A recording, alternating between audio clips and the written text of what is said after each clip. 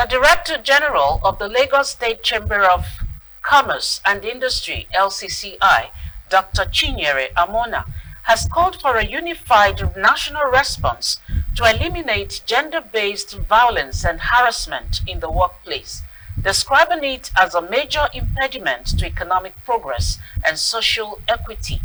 Dr. Almona made this call while speaking at a capacity-building workshop for journalists organized by the Labour Writers Association of Nigeria, LAWAN, in partnership with Friedrich-Ebert-Stiftung and the International Labour Organization, ILO.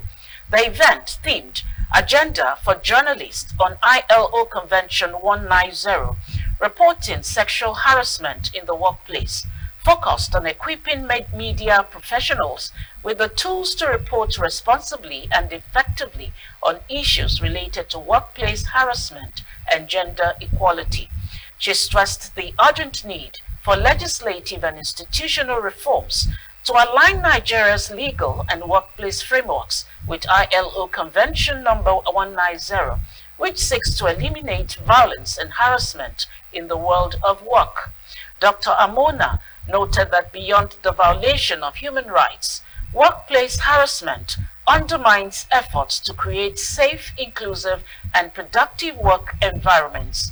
She also commended the organizers for fostering a cross-sector dialogue on an issue that affects every layer of society. Addressing media executives, speakers reminded journalists of their critical role in shaping public perception and policy through accurate and sensitive reporting. They urged the press to act in the interest of the Nigerian people by spotlighting stories that advance justice and workplace equity. Among the speakers, Professor Tunde Akanni highlighted that sexual harassment now extends far beyond the workplace into broader society. He called for urgent action and heightened awareness to address the issue comprehensively, given its widespread harm to individuals and societal well-being. In the corporate world, we need to have the right policies in place. We need to have processes and practices that can protect the individuals who are able to report, and we need to have things in place that can, almost like discourage the practice from happening.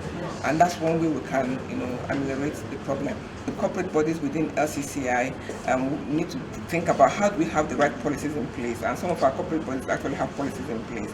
But I like to think that beyond policy, we need to get into practice, and there's always room for improvement. So even if we say, all LCCI members have policies, we need to continue to look at those policies and improve them as time goes on. It is important as journalists to report correctly, to ensure that they give balanced reporting to the issue. The issue of sexual harassment, like we said during the training, is about power relations.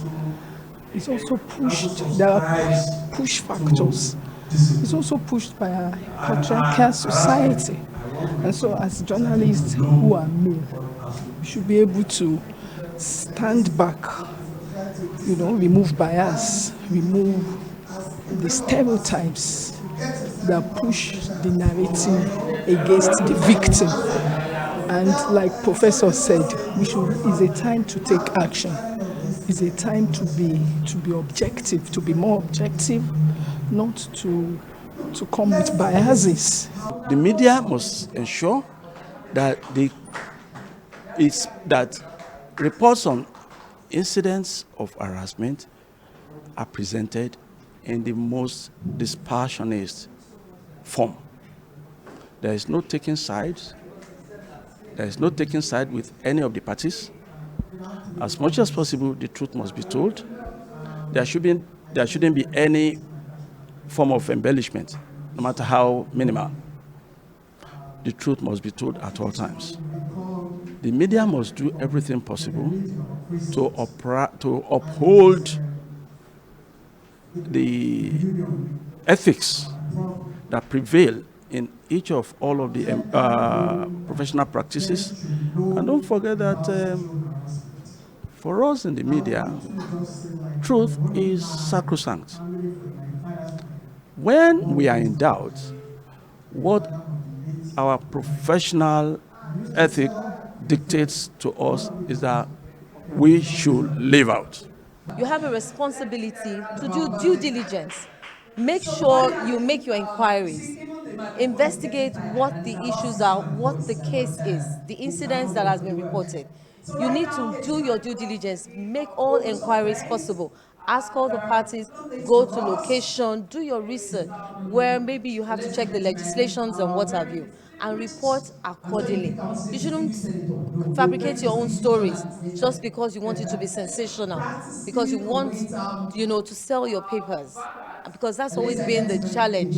That's always been the accusation that the public leverages against, the journalists, that it's all fabricated. They just want to sensationalize so they can sell.